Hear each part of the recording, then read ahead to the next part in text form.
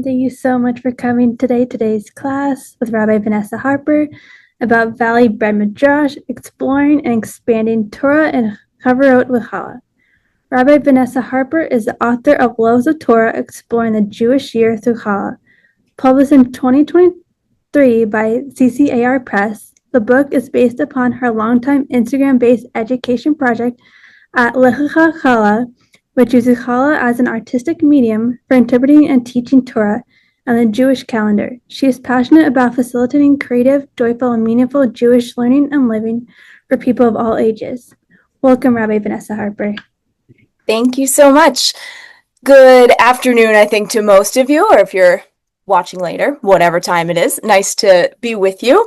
My name, again, is Rabbi Vanessa Harper, and I'm joining you from Chicago today. I'm currently sitting as the Director of Jewish Studies at the Bernard Zell Anshe Emet Day School here in Chicago, and I'm really excited to get to be with you today. We're going to get to do a little bit of learning and exploring and taking a little bit of a journey through what is hopefully a different approach to thinking about Torah and Jewish tradition, especially through learning with a little more with our visual and kinetic senses. So because we are on Zoom, I can't do a challah shaping workshop with you, but maybe another day I'll find you and we can do some shaping together. But for today, I want to give like a big picture overview of what is this approach to studying for myself and teaching Torah to others, using challah as an artistic medium, an interpretive medium. What do I mean by that? And hopefully some cool stuff about bread along the way. So I'll take us through a little bit of my story, how I ended up doing this crazy thing, and some texts and things that we can explore a bit together, and of course some images that we can hopefully unpack. I see, so Emma, thanks for being on camera. I really appreciate it. If anyone else is in a place that they can do so, I would love to be able to see your face. Maybe we can do a little bit of learning together. If you're not comfortable, that is okay. But I'll kind of take a cue from you. I'd love to be able to do a little bit interactive. If you want to sit back and listen, we'll figure that out as well. So I started on this journey of interpretive challah shaping completely by accident. This started about 8 years ago at this point, 7 or 8 years ago, and I had made maybe 10 loaves of bread in my entire life. People are always like, "Oh, have you been baking challah forever?" I sure haven't. Maybe 10 loaves of challah in my life, and one day as I'm in my second year of rabbinical school and we're having a Shabbaton, a Shabbat gathering for our class, and it happens to be the week of Parshat Noach, when we read the story of Noah, and it ends with the beautiful rainbow covenant. And I had seen some people make rainbow challah before online. I was like, oh, that's kind of neat, but that's a lot of work. You gotta divide the dough into 6, and you have to work the food coloring into each one. That's a ton of effort for just me and my husband. But to bring it to a class gathering, sure. So I make this rainbow challah. I bring it to the Shabbaton, and everyone's like, "Oh yeah, this is very exciting." And then my teacher turns to me and says, "Vanessa, do you match your challah to the Torah portion every week?" And I was chewing a piece of challah at the time, and in the time it took me to chew, I was like, okay, what is the hardest Torah portion that I can think of to turn into a challah? Tazria Metzora. Tazria Metzora is the skin disease and blood and I was like, okay, what would I do for Tazria Metzora? I was like, maybe some slivered almonds on top, give a little tzara, little skin disease. And I was like, so I chewed, swallowed, and I was like, why, yes, that is the thing that I do. I don't know why I said that. But I did, and so then I had to actually do it. And so I went through the full year, creating a different challah design for every portion of the Torah. When I finished that project, actually I'll step back a second, I was doing this really as a personal exploration, as a way for me to be able to draw closer to Torah and to try to see it in a different light. And I started posting the pictures to Instagram because it felt like a place that I could collect them. I didn't even have an Instagram account before. This was a while ago. And people started following along. which I didn't expect. So I started adding the verses that they were based on and started adding some commentary. And soon it turned into a thing. And people were really excited. And so when I finished the year of Torah, people were like, what's next? And so I said, well, we'll do the Jewish calendar. And so thinking about Jewish text that can be interpreted in kind of in a broader way. And by the end of that, I, at that point, had started working on what became a book, Loaves of Torah. This is it. And it is filled with all of these different designs. You'll get to see a few in a moment, but here's one, for instance, that I particularly like for Parshat Chukat, Moses hitting the rock, water coming out. They each have a drash. They each have some like discussion questions and creative prompts and covenant, cool stuff. And there's some how-tos in there, but it's not a cookbook. It's a Torah commentary. So that's kind of the journey. And so to give you a little bit of a sense of what some of this stuff look like, I'm going to share a screen for you here. So some designs, like this one here on the left for Parshat Miketz, were a little simpler. This was one of my early chalot. You can see the aesthetic is a little different. It's a little bit simpler, but there's a lot of meaning the deeper you dig. Others were very, very complex. This was one of the last that I made, this one here on the top right for Parshat Breshit. Going through each of the days of creation. Each of these braids is, this is a 1-strand braid, a 2, a 3, a 4, a 5, a 6, a 7, each depicting what happened on the days of creation. So some were a little more simple, some were more complex, some were more abstract. So like this one on the left from Parshat Bo, the plague of darkness, and some much more literal. For instance, for Sukkot, the lulav and etrog. And part of the idea here in creating these different visual interpretations, I'm just going to take this down for a sec, of these different visual interpretations, is to be able to open up what it means to interpret Torah, what it means to study Torah, and to hopefully make Torah accessible in ways that for many of us, Torah is like something we read, write, and talk about. And I love all of those things. I do those all the time. But for some people, those things don't really work. But seeing an image and digging into that, or working with our hands, those are different ways into exploring Torah. And my goal was really to try to open up what are the possibilities that we can elicit, and how can we bring in as many people into the joy of getting to study Torah and play with Jewish tradition as possible. I'm really big on play. Part of my background is as a preschool educator, and when I taught 2- and 3-year-olds, I learned a lot about people of all ages up to 102 and 3, because we're all still 2 and 3 on the inside. We just cover it up in a lot of layers of like experience and socialization. And so being able to come back to some of that creativity and that playfulness from when we're little, it's still in there. And when we get older, we get a little more scared sometimes of playing and trying something different. And that this is a way of shaking loose some things that we might not have found or encountered in the text because we're looking at it through a different lens. And that could be visual if you're looking at something that I made, for instance, or that someone else has made.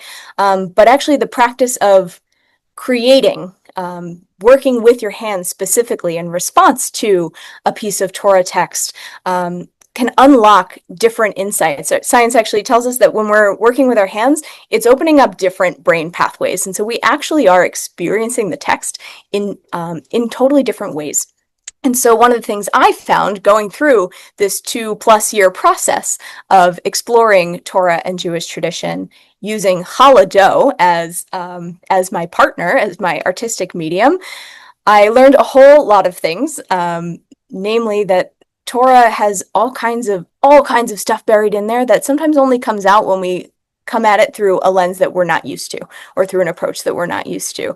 And so my kind of underlying invitation is to say, maybe there's some language, a creative language of your own. Mine happened to be challah, but maybe a creative language of your own that by exploring Torah through that lens, that you might unlock some cool new things. So that's my invitation at the start of this. So as I mentioned along the way, I learned a whole lot of things.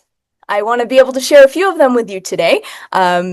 in a couple of different buckets. So whatever it is that you came here for, that you were hoping to learn today, hopefully I will hit a little bit, and I'll leave plenty of time for questions at the end. And so please feel free if there's something I don't get to and you're like, but tell me this, maybe I'll be able to answer you. So hang on to those questions. If there's a question as we go through that's like of the moment, please don't hesitate. If I don't see your hand, feel free to like unmute and call out, or Carrie, you may be able to help with that. I don't know what the settings are.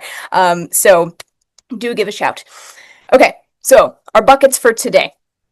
I'm thinking about, I learned a whole lot of things about challah and about Jewish bread in general, but especially challah, as a culinary category as part of my work in writing this book.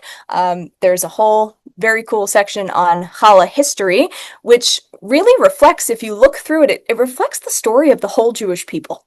It starts all the way back in the Bible. We'll see a little bit of that today. And if you follow the history of challah, when we think of challah now, probably the image that came to your head is like an eggy braided bread, right? Very delicious. Now shows up in every diner French toast. Sometimes you see it with sprinkles, like all the things, right? But challah at its core, we think like braided eggy bread. Getting to that from the roots that it has in Torah, the strands it has in Torah, is a long story. And along the way, we actually really get to trace so much of the beauty and diversity of Jewish thought and practice and where Jews have lived and been over time, which is very cool. We'll get a teeny little bite of that. And one of the cool things about challah, as well as we think about it, is like, why would I use challah? Let's take a step back. Why would I use challah as a medium for exploring Jewish text and tradition? It comes with so many of those resonances. So both it tells the story of the Jewish people, it has a lot of religious and spiritual and cultural significance that's really shared amongst Jews across really the whole spectrum of observance, especially in the States. And that's rare. There aren't a ton of things where Jews, from secular Jews to ultra-Orthodox Jews, have an equal amount of, I would say, cultural connection to, and also like ownership and ability to innovate with.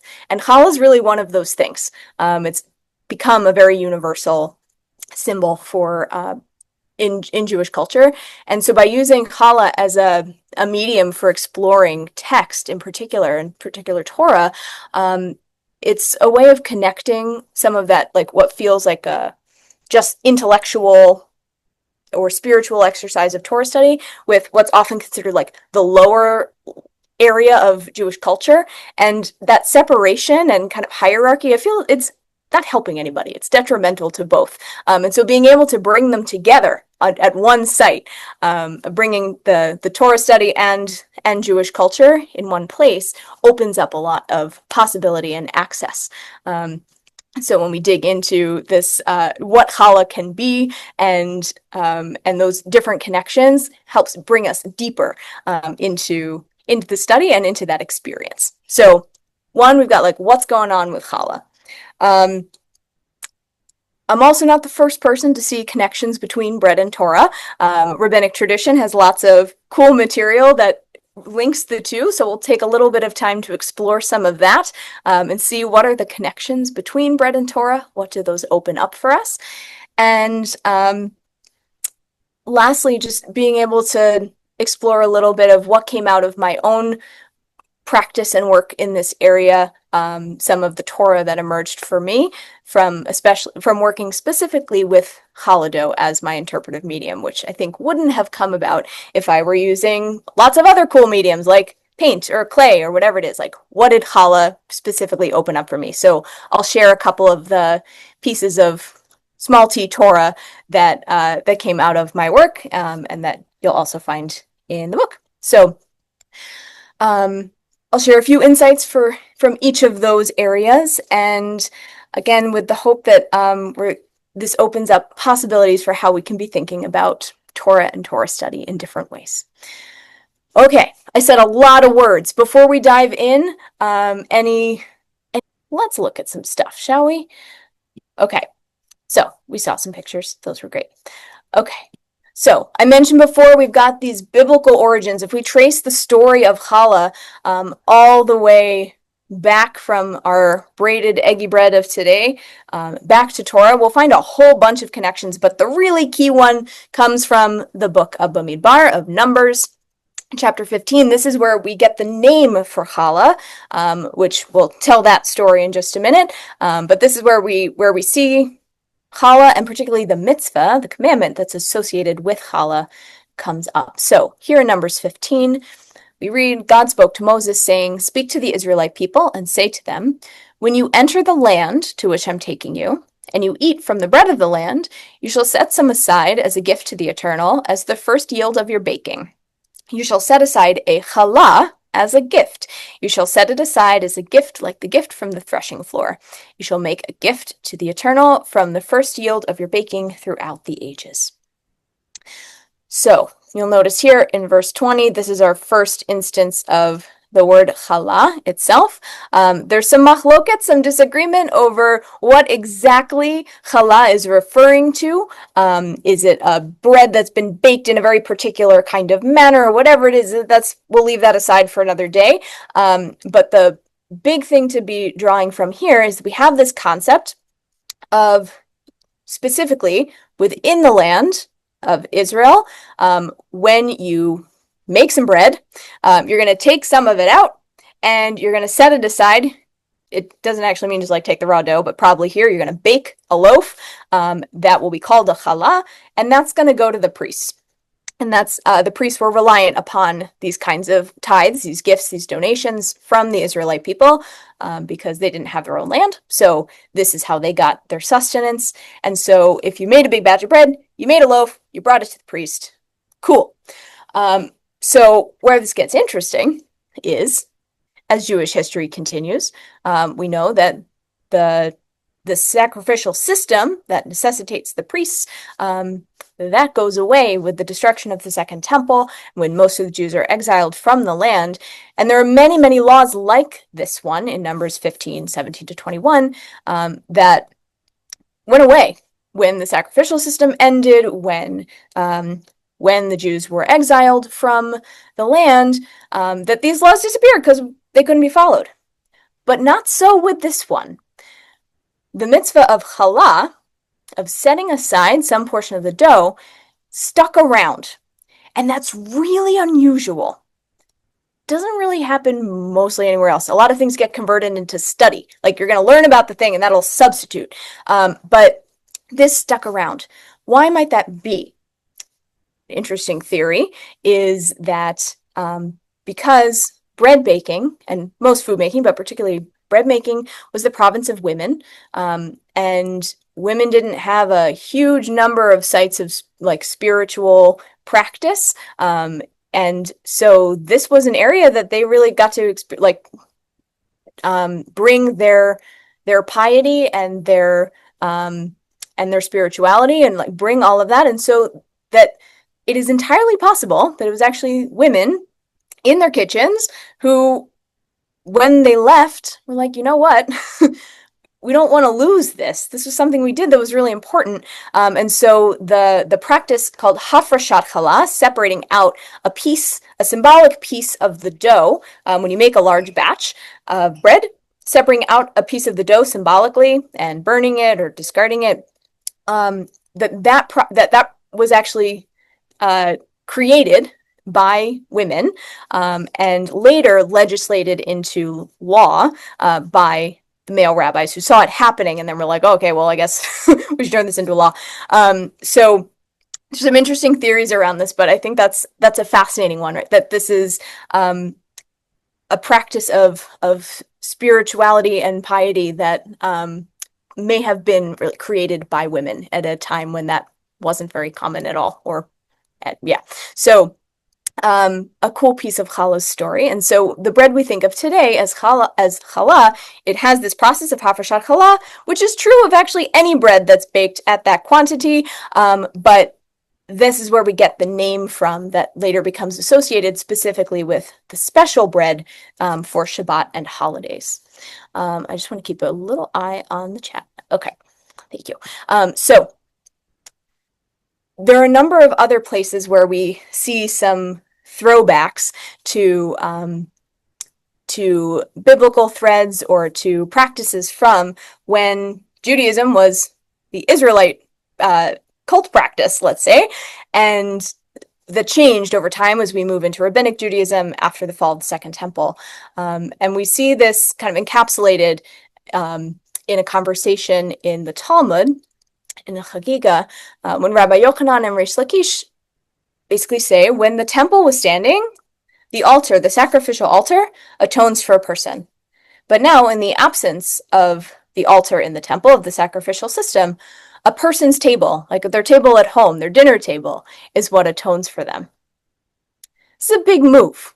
And this happens with a lot of different rabbinic practices and texts that we see the development of how they move, like the sacrificial service into the prayer service, for instance. It's a lot of absolute genius. And this is one of the sites of that transformation.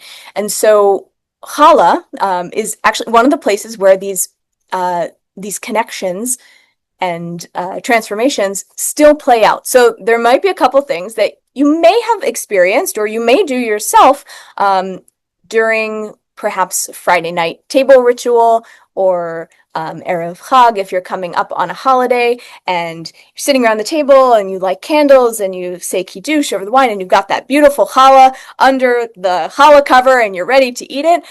Everything from that challah board and cover, all of it has threads that go back to Torah somewhere. We're going to look at just two of them right now. And if you're curious, I've got more. You can ask. So this one, people ask me all the time. They're like, hey, why do we sprinkle salt? Or I've seen somebody sprinkle salt on challah right between when we say hamotzi and when we eat it. What's that about? Well, back in Leviticus 2, verse 13, we read, you shall season all of your offerings, your sacrificial offerings, with salt. You shall not omit from your meal offering the salt of your covenant with God, and with all of your offerings you must offer salt. And so, if the table, namely the Shabbat and holiday table, is the substitute for the sacrificial altar of the temple times, and we bring an offering with salt, well, the salt is our reminder of, oh, hey, we used to do this thing thousands of years ago, and we're keeping that alive because we're still thinking about it. We've transformed the ritual because we can't do it the way that it was done in Leviticus, but we still care. And so this is, and sometimes we even lose the original meaning, but we're still doing it. And like, that's one of the really cool things about Jewish ritual, right? And sometimes we add new meaning to it because we lost the original meaning and now it's taken on more meaning. I love this kind of stuff. I think it's very fun. So salt is one of them. Another, there is again, a machloket, a disagreement over what you do with the challah after you've said motzi and before you eat it. So some people will cut it nicely with a knife, and other people will rip it apart at the table. I am on team rip apart the challah for a number of reasons. One is because bread science for a second. Most of the flavor of bread actually is in the air pockets. Fun fact. So when you tear it, it's like tearing along the gluten molecule lines, and so it's preserving the air pockets, so it tastes better. But also because of Deuteronomy 27:5. So again, if we're symbolizing ancient sacrificial practice, we learn if you build an altar to God, you build it that's out of stone, and that's great, but you're not going to wield an iron tool over the altar. So we wouldn't have any metal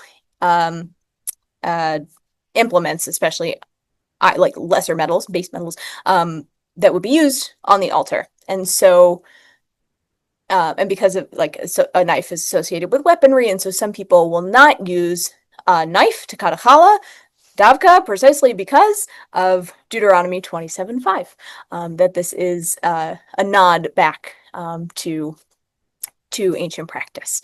So these are just a couple. Among others, take this down for a second so I can see you. Among others, many different shaping traditions also are hearkening back to what was happening at the altar, because there were always breads that were representing the people. There'd be 12 loaves of bread. They might have looked like pita, we think, but there also might have been some that were like weird shapes like this or like this, that were always standing on the altar as a reminder before God. And so that number 12 for the 12 tribes shows up in all kinds of different shapes that Shabbat bread will take around the world. So Mizrahi Jews will often still make pitot, flatbread, that look more like the original challah, if you will. 2 stacks of 6 equals 12. And if we make 2 6-stranded braids and we put them next to each other, 6 and 6 is 12. Some people do like little spirals, 12 that connect. So lots of different connections back to actually the bread that was on the altar back in the day. And many, many more layers of symbolism around shaping as well. So since we're on that topic, I can share a little bit. One of my favorite facts is, how did we get to the braid? So saying originally, right, they look more like pita. Bread was bread. And the braid is like, that's part of what gives challah its distinctiveness. So what, amazing genius Jewish innovator came up with the idea of bread? Well, it may have been borrowed. So, Gil Marks, who's a great Jewish food historian, there's again some disagreement, but this is what is often considered this is the mostly agreed upon take, that the braid for challah originally comes from Jews who lived in Germany, and they noticed their neighbors doing something really cool. So in honor of the winter solstice, ancient German tribes prepared special breads, some shaped in the form of animals. We see that sometimes with challah too. After adopting Christianity, many Germans continued this custom, creating new shapes. Berchta or Perchta was a name of a demon or a witch named Challah, who was this ugly Teutonic crone with long matted hair. The Germans would twist dough to resemble hair, i.e. they'd make a braid, and they would offer the loaves to Challah to escape her punishment. Now, although European Jews certainly did not worship, or even to a large extent know anything about Berchta or Challah, they assimilated the attractive bread. So a braided lean loaf suggestive of a special occasion soon became the most popular form of Ashkenazic Sabbath bread.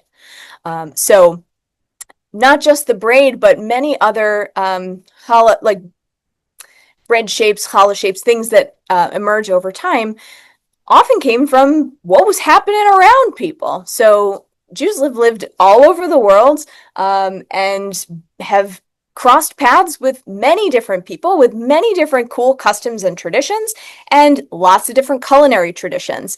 When we think of Jewish food can look very different, first of all, between Ashkenazi, Mizrahi, Sephardi, tons of different Jewish traditions, but that's because we're looking at what was happening around the Jews who were living in all these different places.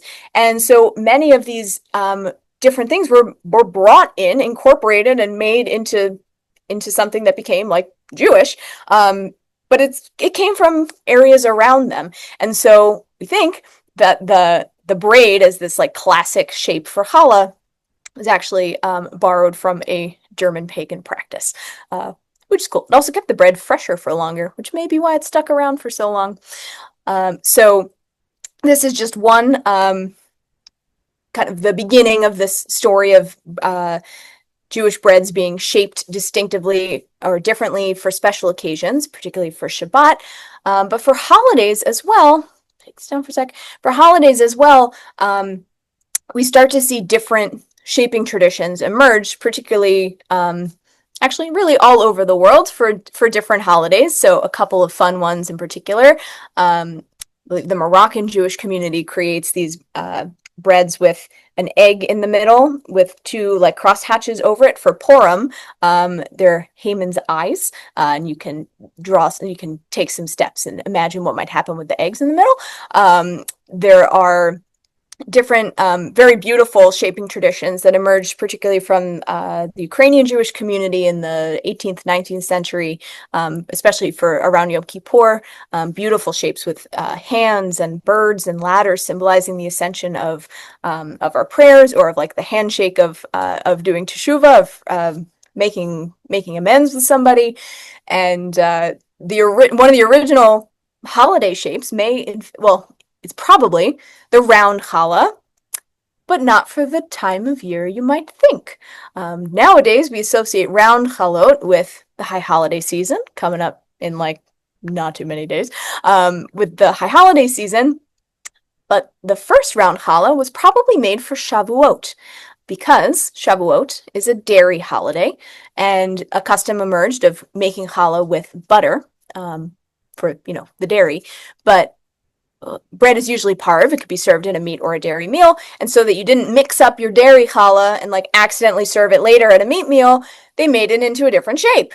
And so the round for Shavuot may have been one of the original holiday specific shapes, but it changed over time. So, oh, and last one, really cool from the Sephardi world, a bread of the seven heavens is a traditional Shavuot dish. Shavuot bread. It has 7 rings and then different scenes from major moments in Torah, also made out of bread. So I'm not the first to do this. Come from a long line of really cool Jewish innovators who are trying to bring these kind of bigger ideas and themes of Torah and the holidays into food. And so this is just something that I kind of stumbled into, but it comes from a rich practice, and especially just to lift up by Jewish women, who this was one of the few sites that they really had for most of history to be able to do some of that creative spiritual work, and so I think it's particularly cool to try to carry that on. So that's a little bit on some of the background of challah as a religiously and culturally significant material, some of the history of how it's taken shape literally, and some of its threads back to Torah in particular, and some of the practices that we associate with challah now and how those go back. So take a little tour next into some of the connections between bread and Torah that show up in rabbinic tradition. Just a couple of texts that I particularly enjoy. So, bread and Torah. This was what I used as my logo. This was a Shavuot challah, the holiday of bread and Torah combined, makes it my favorite. I'm a rabbi. I'm not allowed to pick favorites, but it might be Shavuot. So, the first one that we cannot skip if we're talking about bread and Torah together comes from Pirkei Avot, the Mishnah, where we get the dictum, where there is no bread, there is no Torah. Where there is no Torah, there is no bread. Bread here being so bread was the staple of the human diet, or at least like the Western human diet for most of history, until, everyone went gluten-free. And bread then becomes symbolic of a whole meal. For instance, why if there's bread at the meal, we say hamotzi, the blessing over bread, and it covers everything. This is basically the same idea. When we say bread, we're talking about food, but also here it really means flour, the Hebrew. So imen kemach, if there is no flour, there's no Torah. If there's no Torah, there's no flour. And so flour then turning to bread. But when we think about this idea of these basic ingredients, of these like staple parts of just sustenance, of staying alive, that there's this balance between, we need like the normal stuff of life. We need to be able to eat. How do we need to eat? We need to like work so that we have enough money that we can buy food, or we need to farm the land so we have food to eat. Whatever those are, we need to be able to do all that stuff. Where there's no kemach, if there's no flour, we're not getting to Torah. We got to be able to eat. But also, if there's no Torah, what does the other stuff matter? If we're thinking about Torah as this deeper search for connection and meaning and morality, how we're supposed to be in the world. Torah is that stuff that gives us it's the soul of life in a way, especially for the rabbis and for me as well, thinking about we have to keep that balance, right? We have to acknowledge that we need both of these things. It can't be one or the other. And that elevates the holiness, the sanctity of both. And so then all the more so when we combine them, what does that do? And so that's what I've been playing with over time. This is just a fun one. I only learned this last year. This is from a Midrash in Breshit Rabbah. that it's kind of a wild idea. So we go all the way back to the beginning, to the story of creation. The rabbis are asking in this Midrash, what was the tree of knowledge from which Adam and Eve, what was it? What kind of tree? Most of popular culture is like, it's an apple tree. And then people will be like, but apples didn't probably grow there. So like, it was probably a fig tree and it was probably this. The rabbis were having this argument a long time ago as well. But this is my favorite answer to this question. Rabbi Meir said, it was wheat.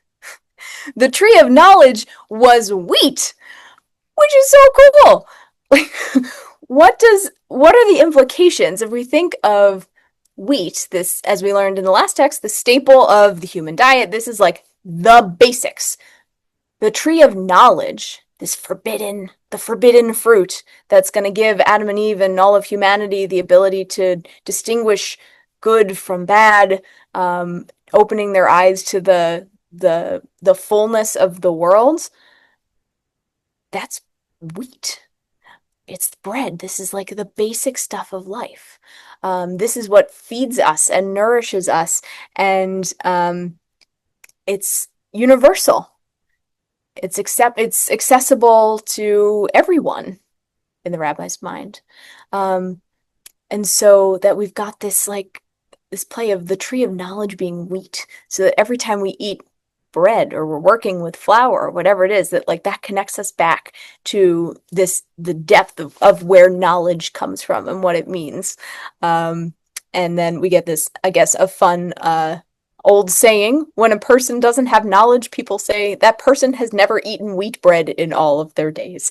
It's a fun source. You're welcome to continue to peruse at your leisure, but it's just such a good one. I couldn't not bring it. And the last one, this is a text that my teacher, Rabbi Michael Murmur, who wrote the foreword for my book, and published an incredible book of his own back in April, Living the Letters, highly recommend. He brought this text for the foreword, and I really loved it. So as we go through, I'll encourage you to just think, what does Torah mean to you? What does Torah mean to you? This is a story from Seder Eliyahu Zuta. He says, one time I was walking along the way. A man found me and went with me on the way of mitzvot, studied with him. And he had Mikra, so he had learned Torah, Hebrew Bible, but he didn't have Mishnah. He hasn't learned the rabbinic texts. And he says to me, Rabbi, Mikra, Torah, was given to us from Mount Sinai, but Mishnah wasn't given to us on Mount Sinai. And I said to him, the rabbi, my son, Mikra and Mishnah were both from the mouth of God. And what's the difference between the two? He tells a parable. To what's this matter similar? To that of a human king who had 2 servants, and he loved both of them greatly. And he gave to one a kav, a measure of wheat, and to the other a kav of wheat. And he also gave to each a bundle of flax. And the wise one of the 2 took the flax and wove a beautiful cloth, and took the wheat and made it into fine flour, and sifted it, and ground it, and kneaded it, and baked it, and set it on the table, and spread the beautiful cloth over it, and left it there till the king should come. And the foolish one did nothing. After some time, the king came back into his house, and he said to his 2 servants, my sons, bring to me what I gave you. One of them brought out the bread of fine flour on the table with the beautiful cloth spread over it, and the other brought out the wheat in a pile and the bundle of flax upon it. Which was more favored? You must admit, it's the one who brought out the bread on the table with the beautiful cloth spread over it. And I further said, therefore, what's the message? When the Holy One, blessed be God, gave Torah to Israel, it was only given to them as wheat from which to bring forth fine flour, and as flax with which to weave a garment. In other words, Torah is not meant to just sit there, not meant to just be left on a shelf or encased in glass and said, okay, we don't touch this. But rather, it's to be an ingredient that we transform through working with it, through exploring, and turned into something that's magnificent and ultimately nourishing.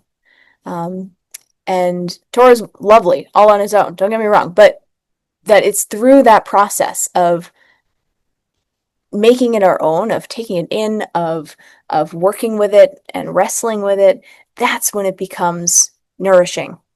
That's when it becomes something really special.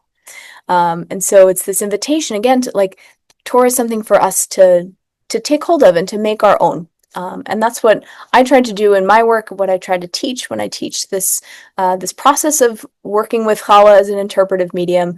The goal is not so that you just make beautiful challah, but really to take ownership of Torah and make it your own in a way that speaks to your own soul.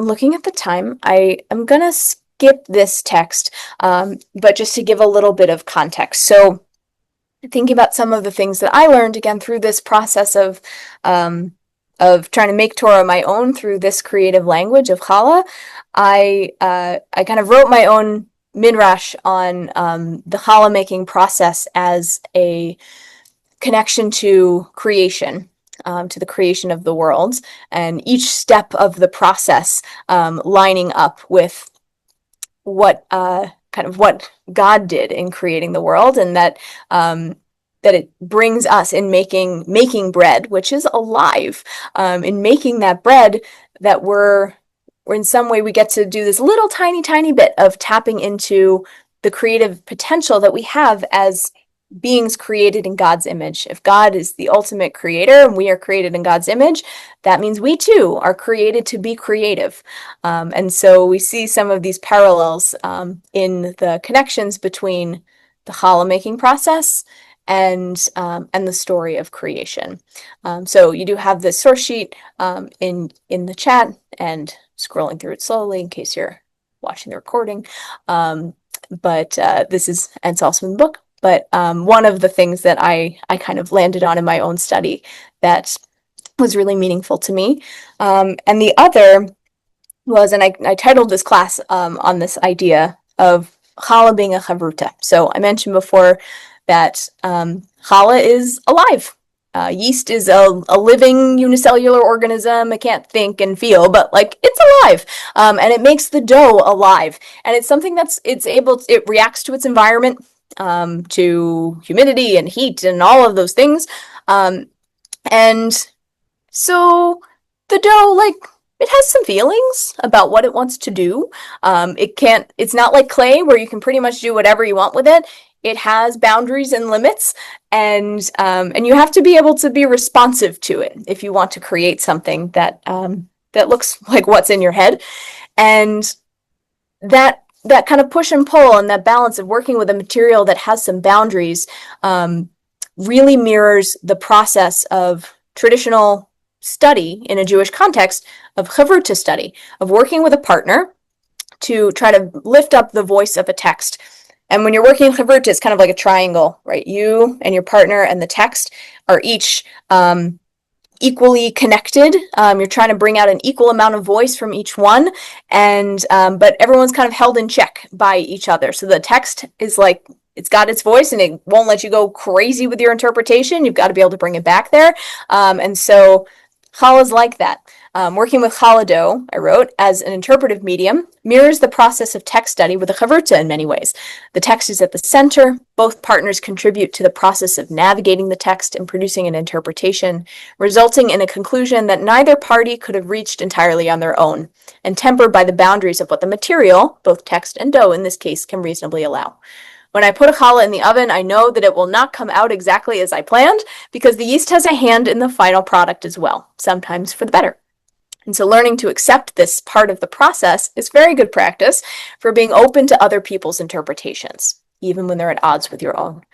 So some people who are new to baking challah, or they've been baking challah a long time, and they will say to me something, they're like, I did everything right, and I put it in the oven, it came out, and it was all weird, and it didn't do what I wanted. I'm really frustrated. I'm like, that's okay. That's beautiful. Because that means that, like, your dough had a say in things. This is a co-creation. You don't get to control everything completely in the world. And that can be hard to hold. But it's also important, right? To be able to take that little step back and say, like, okay, I don't know everything. I can't control everything. And I can see what comes out of the oven and say, this too is very beautiful. And sometimes what comes out of the oven is even better. because the yeast is like, actually, I've got an idea for you. And even better than what I could have planned. That happened with many of my chalot. They went in one way, or I didn't really know what I wanted to do, and I just started to play with the dough, and things started to happen, and out came something that was like, wow, that's so much better than if I'd sat down and tried to plan it from the beginning. So having some openness is a gift that I'm grateful to this learning that I got to do to be able to find.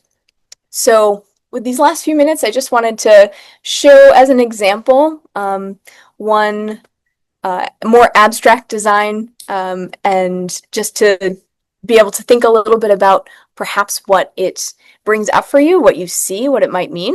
I know we've got a couple folks who are on who may be able to jump in and participate. So if you're game, whether using the chat or unmuting, I would love that. But whatever it is, take a few moments just to check out. This is a challah from Parshat Vaishlach.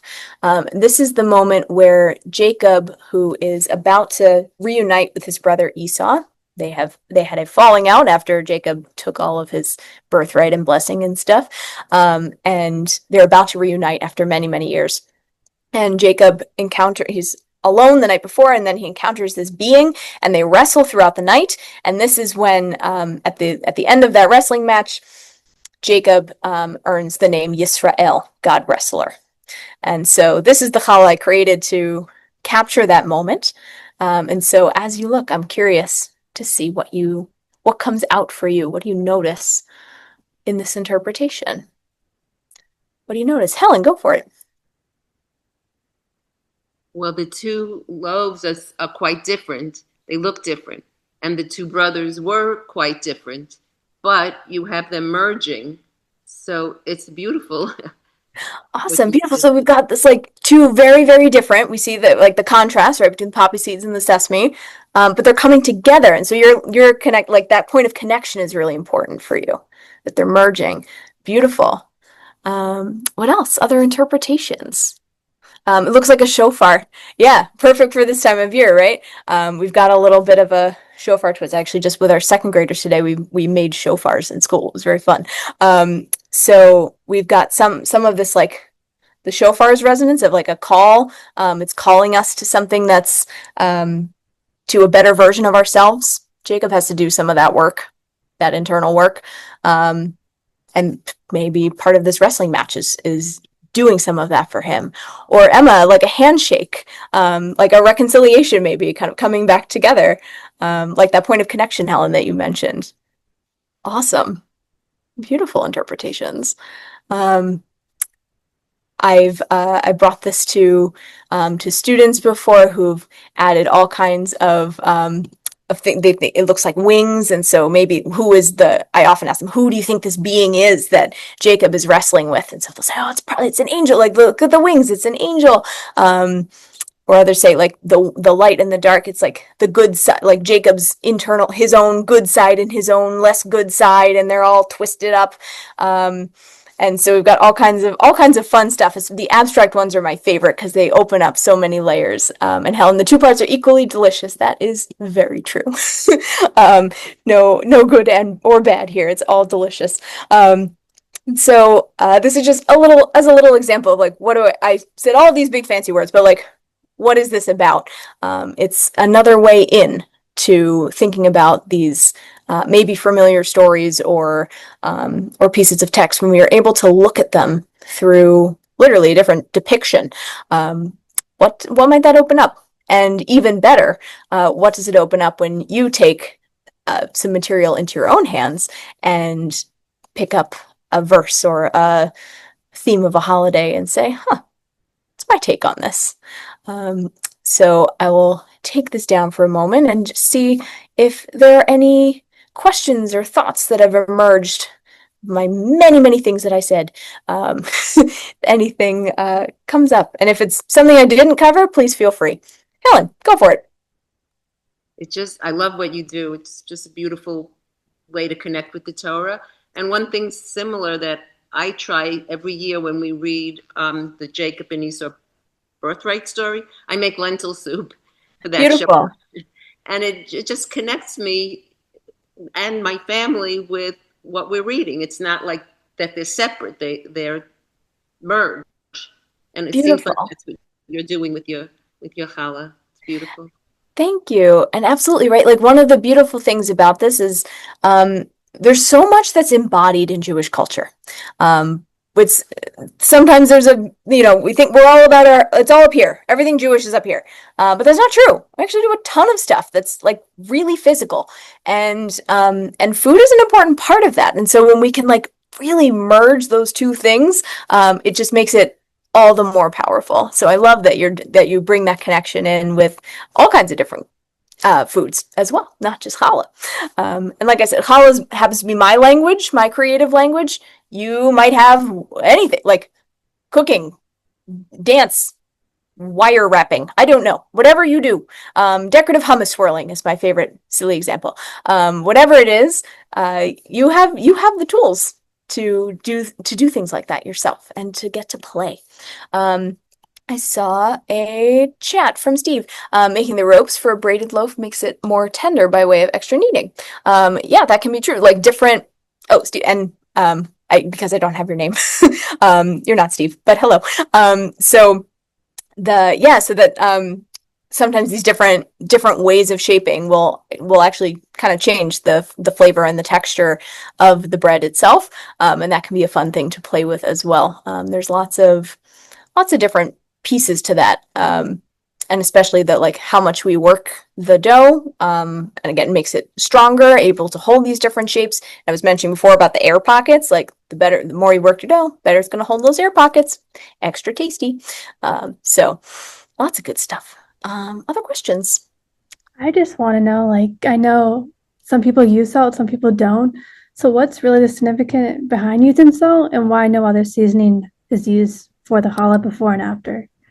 Beautiful. So the salt goes back to that text from Leviticus about all the offerings back in temple times being offered with salt. Salt was a very valuable commodity, and so it was just like kind of like gold leaf, maybe an equivalent. And so that practice of using salt on the challah now is a throwback to that. Also, salt tastes good, but it's mostly a throwback to that practice. An interesting thing is, so some people will ask, like, well, why are seeds on challah such a common thing? If you think about, like, very often you'll see a challah that has sesame seeds on it or poppy seeds. Sesame seeds in particular are common, especially in Sephardi communities, because it symbolizes the manna that the Israelites ate in the desert, in the book of Exodus and Numbers. And there's actually a whole bunch of challah stuff that's connected to the manna, the bread from heaven. Like this was the stuff that God fed people magically with, and it was very cool. And so the sesame seeds are a reminder of that. So that's another seasoning that's kind of added. Some communities, again, Sephardi will add turmeric,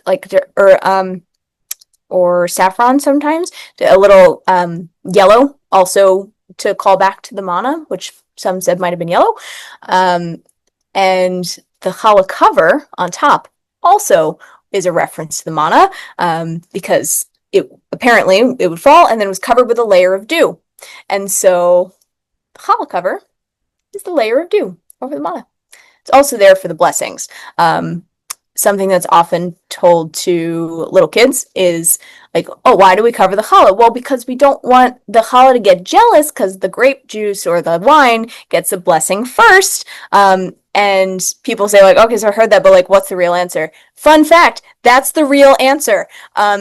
Because in the order of the hierarchy of food blessings, bread goes first. And so if you say a blessing over bread, it covers everything.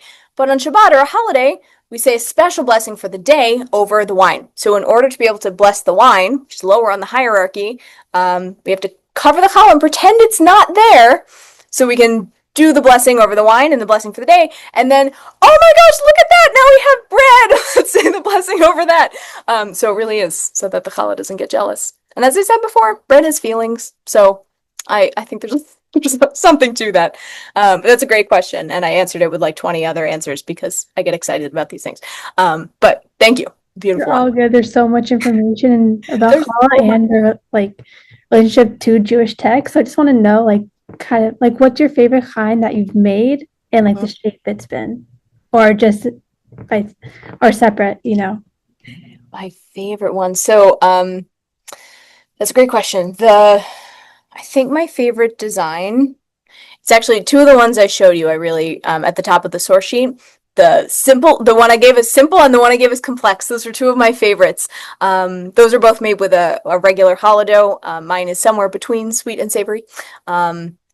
And yeah, the one for me, Kate's, which was this like thin one, kind of wrapping around and eating the big one. That was for Pharaoh's dreams that Joseph interpreted, the dreams of the skinny cows eating the big cows and the thin wheat eating the big wheat. And it just turned out like so cool. I just loved the way that it shaped, and I tried to do it again, like literally 12 different times, and it never came out the same way. And so it doesn't match in the book. Like the aesthetic is weird because it was one of the early ones, but it never came out the same way again. I was like, it's too good. And the Brayshute one for the Days of Creation, I really love too. But in terms of flavors, for this time of year, I do a pumpkin challah, which is based on a Sephardi challah recipe. There, that does live in this book. There's a couple recipes in there, and yeah, so that's a really fun one. For the fall, especially. It's a little extra moist. It's nice. Very cool. Well, I just want to say thank you so much to Rabbi Harper for taking the time today, and for everyone for coming to today's class. It was so interesting to learn about the backstory of challah and its relevance to Jewish texts. And I just want to let everyone know about next week's class happening on September 11th for Finding Comfort in Jewish Meditation with Rabbi Yisrael Jaskowitz. So you can find more information on our website. But I hope everyone has a great day and have a great rest of your day, everyone. Thank you for coming. Thank you so much. And if you're interested in the book, there's a promo code in the chat. I have to tell you that. So hope you enjoy. Thank you all so much for being here. And it's in a little bit, but happy New Year coming up very soon. So wishing you all a beautiful year ahead. Thank you.